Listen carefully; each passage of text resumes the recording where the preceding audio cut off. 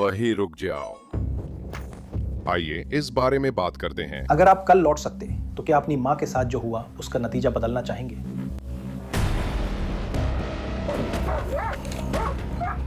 मैं वो राक्षस नहीं बनना चाहती थी जो उन्होंने मुझे बना दिया। मैं अब उनके काबू से बाहर हूँ। लेकिन वो पिछली लड़की थी। जायन नेशनल पार्क से बस कुछ ही मिनटों की दूरी पर स्थित है। वॉशिंगटन यूटा एक छोटा सा शहर है जिसे सुंदर प्राकृतिक दृश्य घेरते हैं। लेकिन 18 जून 2024 को शाम 7 बजे के ठीक बाद एक संपन्न इलाके के निवासी पास के एक घर से गूंजती गोलियों की आवाज सुनकर चौंक जाते हैं। कई पड़ोसी 911 पर कॉल करते हैं।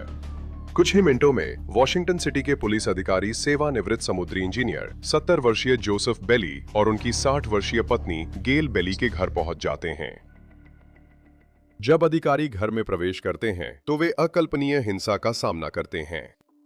गेल बेली लिविंग रूम के फर्श पर खून से सने सोफे के पास मुंह के बल पड़ी है। उन्हें कई बार गोली लगी है। मास्टर बेडरूम के बाहर वाले हॉलवे में पुलिस को जोसेफ बेली अपनी पीठ के बल खून के तालाब में पड़े हुए मिलते हैं। उन्हें सिर में गोली मारी गई है। पीड़ितों को मौके पर मृत घोषित किया गया। जासूसों का मानना है कि इस जोड़े को गोली मारने वाला सिर्फ एक इरादे से आया था, क्योंकि जबरन घुसपैठ या सामान चोरी के कोई संकेत नहीं मिले उन्हें मारने के लिए। पुलिस घटनास्थल सुरक्षित करती है, तभी एक घबराया पड़ोसी अधिकारी को रोकता है और बताता है कि कोई उनके घर में बिना बुलाए घुस आया था।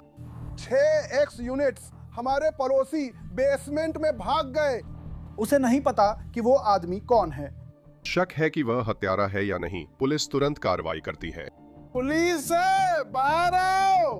अगर आप बेसमेंट में हैं तो बाहर आओ। वो आ रहा है, वो एक महिला के साथ है।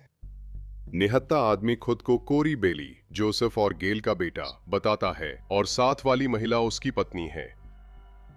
कोरी अधिकारियों को बताता है कि वो माता पिता के साथ रहते थे और उनकी हत्या के वक्त घर पर ही थे। कोरी, मुझे पता है कि जानना मुश्किल है ना। सुनो, बस मुझे बताओ आज क्या हुआ था। तो मैं और मेरी पत्नी नीचे थे। मुझे बस इतना पता है कि मैंने सुना ऊपर गोली चलने की आवाज़ आई और फिर मेरी माँ चिल्लाने और चीखने लगी। फिर मैंने उनके कमरे का दरवाज़ा बंद कर दिया और खिड़की खोलने लगा। मैंने उन्हें और खुद को बाहर निकालने की कोशिश की।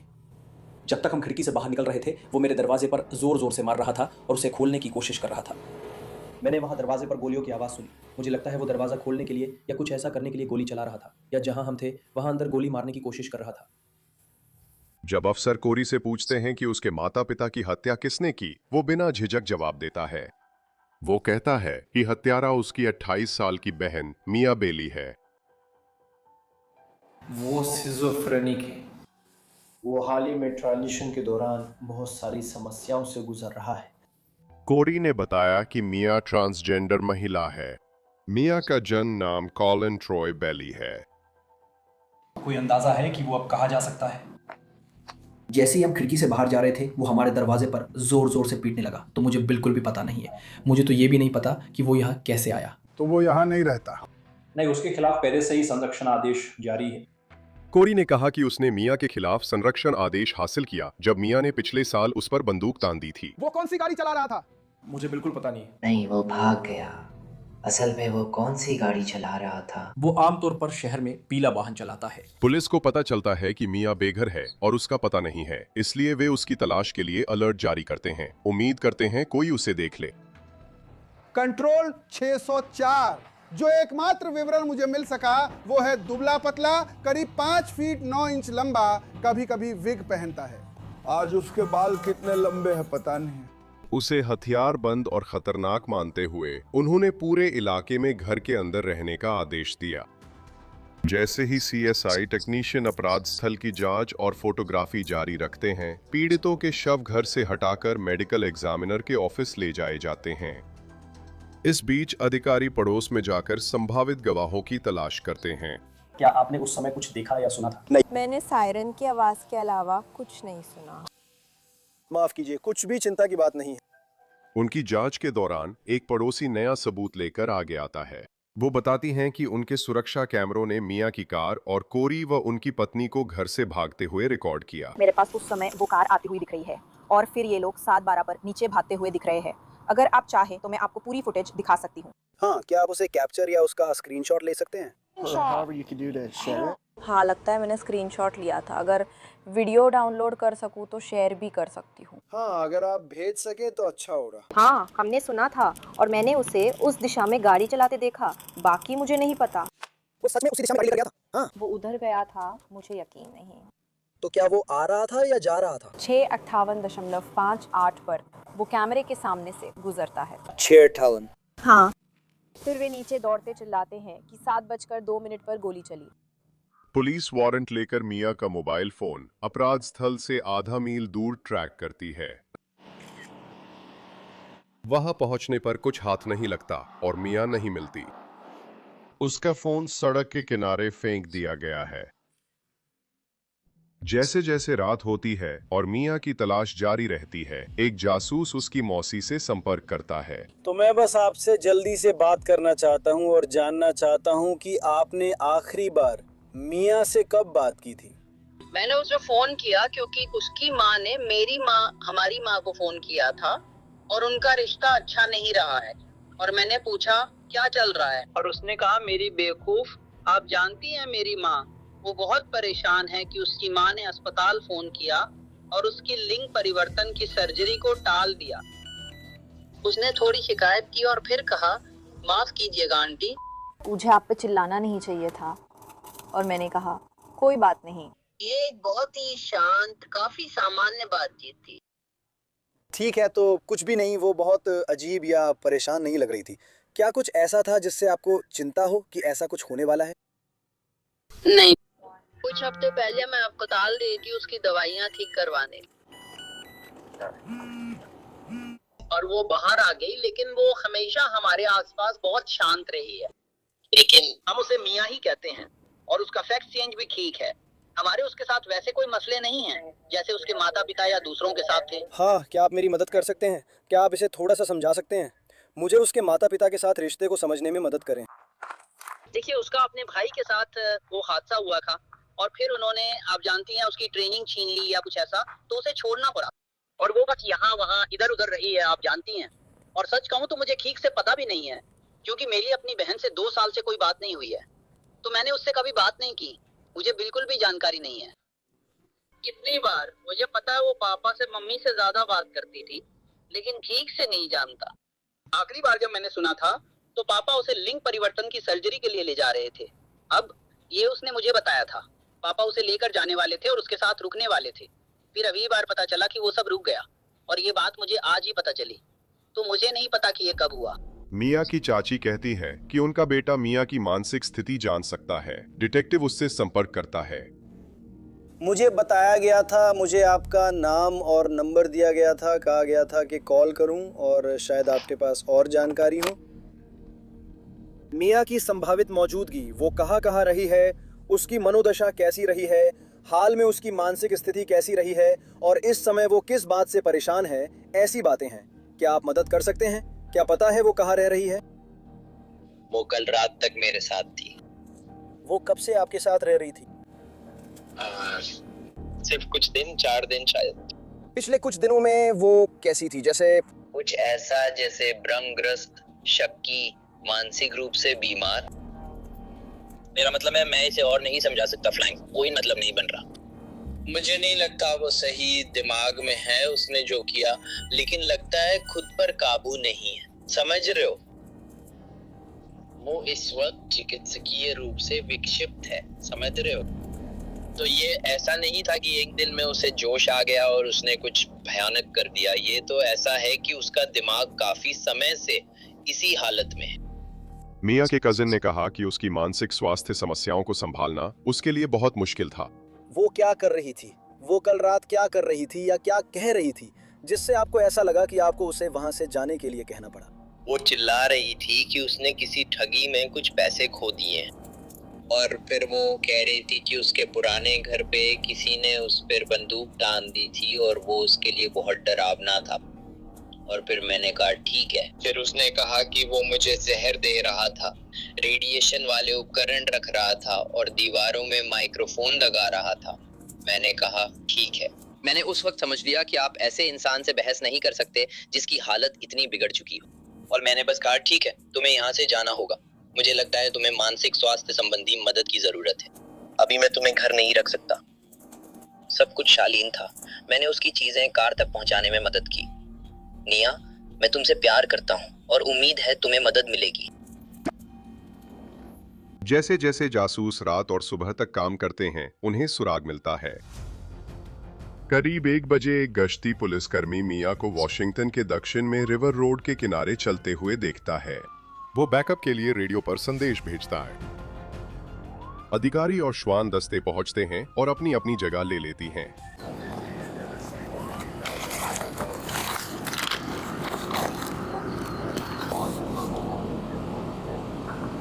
लिया, ये सेंट जॉर्ज पुलिस इबाद है। हमें सहयोग चाहिए। आप गिरफ्तार हैं।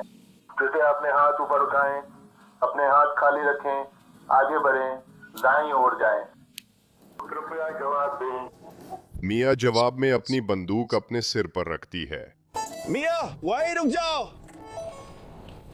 आओ, इस बारे में बात करते हैं।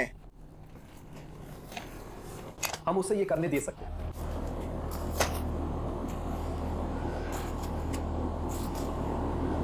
मिया, वहीं रुक जाओ।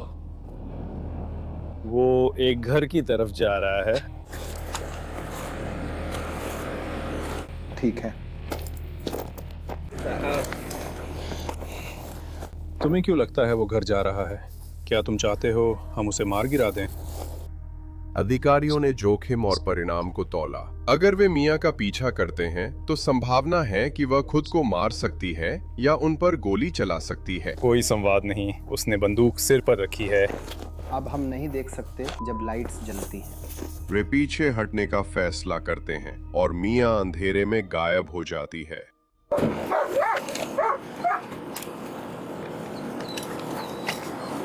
कमबख्त। तो हम उसे अंधेरे में खो बैठे। वो बाईं तरफ गई थी, कहीं उसी के आसपास। जैसे ही सूरज निकलता है, मिया को ढूंढने का दबाव और बढ़ जाता है। सुबह 8 बजे पुलिस को खबर मिलती है कि मिया फिर से देखी गई है। इस बार वो सेंट जॉर्ज के खुले मैदान में है, जो अपराध स्थल से 5 मील से कम दूर है। स्थानीय अधिकारी और स्वाट टीमें उस इलाके में पहुंच जाती हैं।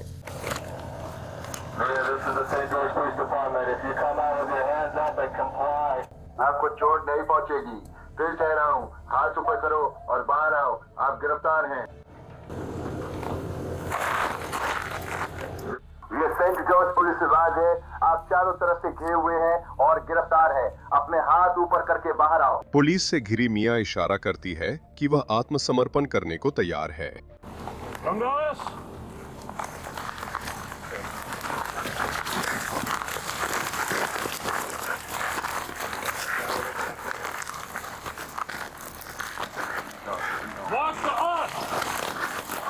हाथ वही रखो जहां मैं देख सकूं।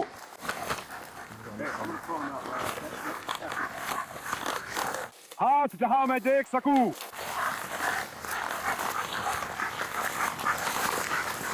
अपने हाथ ऊपर उठाओ। अपने हाथ ऊपर उठाओ।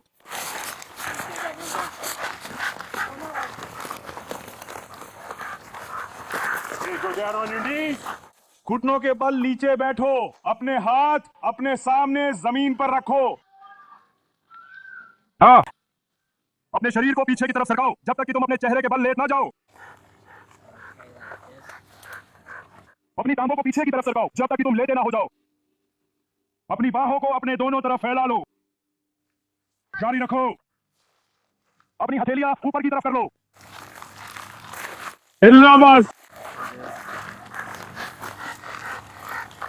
मिया को हथकड़ी लगाकर हिरासत में लिया जाता है। ये बहुत टाइट तो नहीं है? एक अधिकारी पास में उसकी बंदूक बरामद करता है। मैं यहाँ बंदूक की फोटो ले रहा हूँ। ये 9 मिमी की बंदूक है, जिससे पुलिस के अनुसार मिया ने अपने माता पिता की हत्या की थी। मिया को पानी दिया जाता है। बस थोड़ा सा बचा है। उसे एम्बुलेंस में डालकर चिकित्सीय जांच के लिए अस्पताल ले जाते हैं। पुलिस उसकी कार पास के मैदान में पाती है और जब्त कर लेती है। उसी दिन बाद में मिया को अस्पताल से वॉशिंगटन सिटी पुलिस विभाग ले जाया जाता है। अपने घुटनों को पास ले आइए, यही सबसे आरामदायक रहेगा। धन्यवाद। जासूस मिया को उसके कानूनी अधिकार पढ़कर सुनाते हैं। क्या आप मुझसे बात करने की स्थिति में हैं? हाँ। और फिर ये समझने की कोशिश करें कि किस चीज ने उसे इस जानलेवा हिंसा पर उतार दिया। मैंने बहुत से लोगों से बात की है, लेकिन मुझे यह जानने की बजाय कि क्या हुआ, यह जानने की उत्सुकता है कि इससे पहले क्या क्या हुआ। चलो देखते हैं। अपने परिवार के बार बार शोषण के बाद बेघर हो जाना, 20,000 का कर्ज होना। आपने कहा था कि आप बेघर हैं, लेकिन आप कितने समय से बेघर हैं? ठीक है, देखते हैं। मैं घर से निकली थी 5 तारीख को। 5 तारीख को? पिछले महीने। ओह, तो मई, 5 मई। उनमें से किसी एक दिन, मुझे माफ कीजिए। 5 मई या 5 जून? मुझे लगता है जून ही था। लेकिन ठीक है। फिर से बेघर। तुम कहाँ रह रहे थे? मैं अपने कजिन्स के साथ 5 दिन रही। मैंने उसे $250 दिए क्योंकि मैं फ्री में नहीं रहना चाहती थी। और खैर, बस यूँ समझ लो कि उसने मुझे बाहर निकाल दिया। तुम्हें बाहर निकाले हुए कितना समय हो गया? मुझे लगता है कल। ओह, कल? तो क्या वही है? हाँ। मुझे लगता है वे कह सकते हैं कि ये रात के 11 बजे है, तो परसों। ठीक है, तो आज से 2 दिन पहले, 2 दिन पहले कुछ ऐसा ही। हाँ। तो आपको बाहर निकाले जाने का कारण क्या था? मुझे बाहर इसलिए निकाला गया क्योंकि मेरी कजिन मुझे ऐसा करने नहीं देती थी। उसने पूछा मैं परेशान क्यों हूँ। मैंने कहा बहुत बातें हैं, वो समझ नहीं पाया। मेरे पड़ोसी ने मुझ पर बंदूक तानी और भी कई घटनाएं हुई। किसी ने मेरी बात नहीं मानी, न ही जांच की। ये पहली बार नहीं है कि ऐसा किसी के साथ हुआ है। फिर आपने कहा कि आप $20,000 के कर्ज में थे, वो किस वजह से हुआ? अच्छा, वो हमारे लोन से आया है क्योंकि मेरे भाई का कर्ज क्रेडिट कार्ड से है। एक अकेली महिला होना और ऊपर से ट्रांस होना बहुत महंगा पड़ता है। ठीक है, तो किस तरह के खर्चे होते हैं? और जैसा कि मैंने कहा, मुझे पूरी जानकारी नहीं है कि इसमें किस तरह के खर्चे होते हैं। तो आपके कौन कौन से खर्चे होते हैं? देखिए, सिर्फ ट्रांस से जुड़ी चीज़ों पर ही हर महीने लगभग $512 खर्च हो जाते हैं। तो उसमें लेज़र उपचार और दवाइयाँ लेना शामिल है। इससे पहले जब तक मैंने ऑटो डिटेक्टर नहीं लिया था, तब तक वो $125 प्रति महीना था। तो बहुत सारी चीज़ें जुड़ती चली जाती है। ओह हाँ। किस तरह की दवा? सिर्फ HRT। आप उसकी डिटेल्स जानना चाहती है? क्या वो हार्मोन रिप्लेसमेंट थेरेपी है? देखा, अब आपको पता है। अब जब आप 28 साल के हैं, किस उम्र में पता चला कि आप ट्रांजिशन करना चाहते हैं? मेरा मतलब है जब से मैं पैदा हुई थी, लेकिन मुझे सबसे पहले जो याद है वो 2 साल की उम्र है। क्या आपके माता पिता को उससे पहले पता था? मेरे माता पिता को पता था। मम्मी को 2019 से, यानी 3 साल से पता था। जुलाई 2015। क्या वो आपके और? ये कोई बड़ा मुद्दा नहीं था क्योंकि वो कुछ इस तरह थी, मैं कैसे कहूँ, ज़्यादा सहयोगी नहीं थी। वो हैरान थी, बस कुछ नहीं बोली। उसके बाद उन्होंने कभी समर्थन नहीं किया। वो मुझे पुराने नाम से बुलाती रही और कई बातें करती रही। मिया कहती हैं कि उनकी प्रतीक्षित लिंग परिवर्तन सर्जरी अगले महीने जुलाई में तय थी। उनके पास पेमेंट प्लान था और मेरे पास इंश्योरेंस भी था। वे लोग आधी रकम लेकर आए थे और बाकी के लिए मैं पेमेंट प्लान करने वाली थी। पापा थोड़ी मदद करने वाले थे। मिया के मुताबिक उसकी सर्जरी पूरी तरह से तय हो गई थी, जब तक कि उसकी मां ने उसे रोक नहीं दिया। इसके पीछे वजह ये थी कि मुझे अस्पताल से मेरी सोशल वर्कर का फ़ोन आया था और ऐसा लगता है कि किसी तरह से उनकी हिप टूट गई थी। उन्होंने अस्पताल में सारी जानकारी साझा की, लेकिन सबसे बुरी बात ये थी कि मेरी माँ ने उनसे संपर्क किया और सर्जरी के लिए मना कर दिया। और तो आपकी माँ ने अस्पताल से संपर्क किया इसलिए मुझे लगा कि मैं सिर्फ उसी से अपील कर सकती थी, लेकिन वो नहीं करेंगी। मैं बस कह रही थी कि मैं बहुत गुस्से में थी और मैंने उनसे कहा मैं उनका बहाना सुनना नहीं चाहती। आप जानते हैं वो सफाई नहीं। मैं चाहती थी कि वो समझाए, माफ़ी मांगे और कहें कि वो कुछ करेंगी। खैर, उठ नहीं सकती। लगता है वो अपनी जान बचाने के लिए भी माफ़ी नहीं मांग सकती। और मैंने अपनी ज़िंदगी में उसे बहुत मौके देने की कोशिश की, लेकिन वो बात अलग है। मेरे पास एक ही चीज़ थी और उसने वो भी मुझसे छीन ली। मुझे लगता है मैं नहीं समझ पा रहा हूँ। क्या आप मेरी मदद कर सकते हैं समझने में? तो आपकी उम्र में आपकी माँ कैसे इस पर हाँ या ना कैसे तय कर सकती हैं? आपकी उम्र कितनी है? लगभग 30। 28। हाँ। अब भी सर्जरी के बारे में हाँ या ना आपकी माँ ही तय कर रही हैं, जबकि उनका इससे कोई लेना देना नहीं है। लग रहा था जैसे वो इसे बिगाड़ने की कोशिश कर रही थी। उन्हें हमेशा से जेंडर को लेकर दिक्कत रही है, इसी वजह से मैंने कभी उन्हें नहीं बताया कि मैं कहाँ रहती हूँ। क्या तुम्हें पता है उसने क्या कहा? मुझे पूरी जानकारी नहीं मिली, बस इतना पता है कि उसने डॉक्टर से कुछ बातें कहीं। तुम्हें सोशल वर्कर से पूछना पड़ेगा। वो कुछ हद तक असिस्टेंट जैसी है, लेकिन सर्जरी की तारीख तय कराने के फौर सबसे पहले उसी से संपर्क होता है। मिया कहती है उनकी मां का दखल सबसे बड़ा विश्वासघात था, क्योंकि उनके माता पिता जानते थे सर्जरी उनके लिए कितनी अहम थी। मैंने उन्हें कई बार बताया था कि मैं खुद को मार डालूंगी और मुझे इसकी बहुत ज़रूरत थी। मेरी मानसिक स्थिति भी बिगड़ रही थी और इसी वजह से मुझे वो सर्जरी चाहिए थी। मुझे पता था कि मैं तो वैसे भी बर्बाद होने वाली थी, लेकिन मैंने सोचा अब बहुत हो गया, किसी और को भी अपने साथ ले जाऊंगी। तो आपने कब फैसला किया कि अब बहुत हो गया और अब ये होने वाला है? उसी दिन? हाँ, जब उसने माफ़ी मांगने से इनकार कर दिया। तो जब आप उस घर में गए, क्या आपकी माँ ही निशाना थी? आपके पिताजी क्या बस बीच में आ गए? नहीं, मेरे पापा भी इसमें शामिल थे, लेकिन थोड़े कम हद तक। जब मुझे सबसे ज़्यादा ज़रूरत थी तब भी वो मेरे साथ नहीं थे। समझ गया। माँ आपका निशाना इसलिए नहीं थी क्योंकि उन्होंने आपको धोखा दिया था। वो मेरी निशाना बनी क्योंकि उन्होंने मुझे धोखा दिया। पापा भी आपकी माँ का ही हिस्सा है, वो दोनों एक ही है। दोनों ही इसमें शामिल हैं। आखिरकार दोनों इसमें आ गए क्योंकि मैं यही चाहता था। मैंने बस किया, ये नहीं बना। मैं ये सुनिश्चित करना चाहता था कि मैंने पूरी तरह से स्पष्ट कर दिया है, क्योंकि यही चीज़ भ्रमित कर रही थी कि क्या तुम्हारे पापा थोड़ा सा भुगतान करने को तैयार थे। हाँ, और फिर उन्होंने इस बारे में अपना मन बदल लिया क्योंकि उन्होंने शेवी नहीं बेची और वो सारी बातें थी। क्या आप बता सकते हैं कि आपके माता पिता के घर क्या हुआ?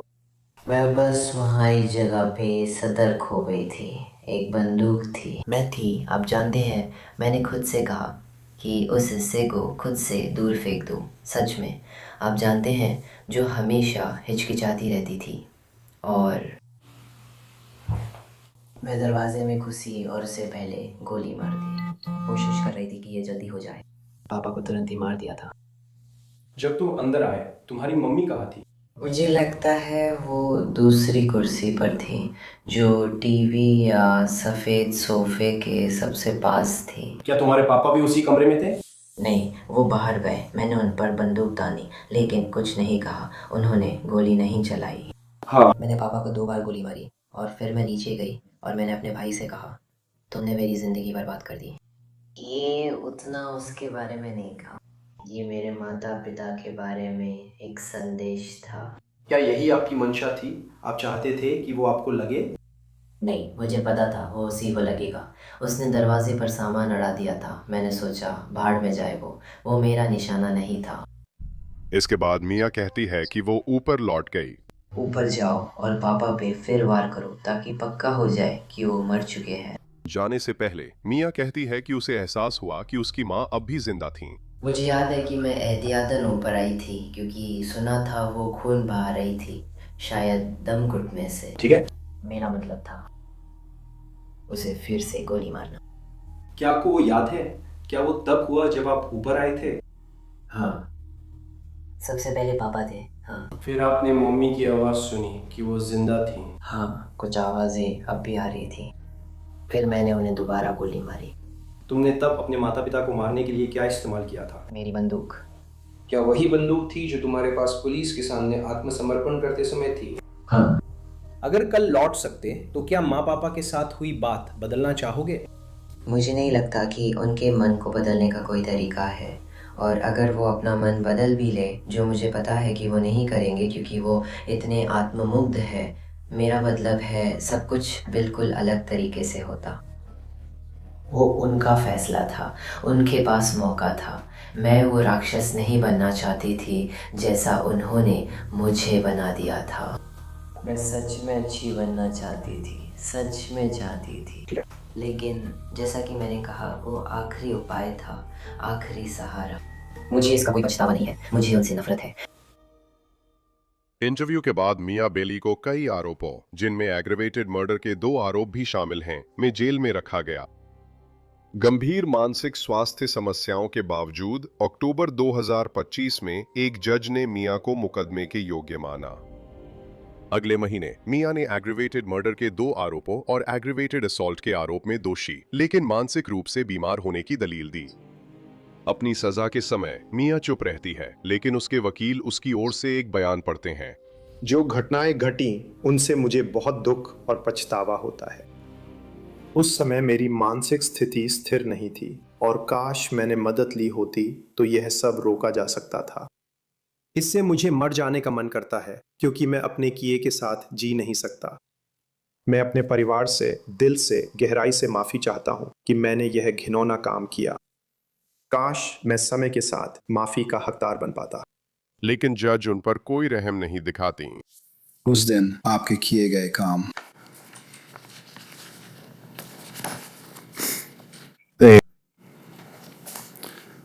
बहुत ही डरावने थे। परिस्थितियों की गंभीरता फिर भी बनी हुई है,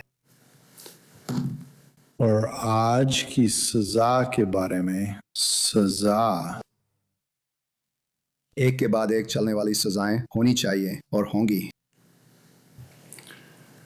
स्पालियन केस 2,41,50,193 में गंभीर हत्या के आरोप में, जो कि प्रथम श्रेणी का अपराध है, आपको 25 साल से लेकर उम्र कैद तक की सजा सुनाई जाती है। दूसरा आरोप गंभीर हत्या, प्रथम श्रेणी अपराध, आपको 25 साल से उम्र कैद तक सजा मिलती है। तीसरा आरोप गंभीर हमला, तीसरी श्रेणी अपराध, आपको 0 से 5 साल की सजा सुनाई जाती है, जो यूटा स्टेट प्रिजन में काटी जाएगी और एक के बाद एक लगातार चलेगी। मुआवजे का मामला खुला रहेगा। आपको सजा काटने के लिए कारागार विभाग को सौंपा जाता है। आपको शुभकामनाएं। धन्यवाद। अब कार्रवाई स्थगित की जाती है। धन्यवाद।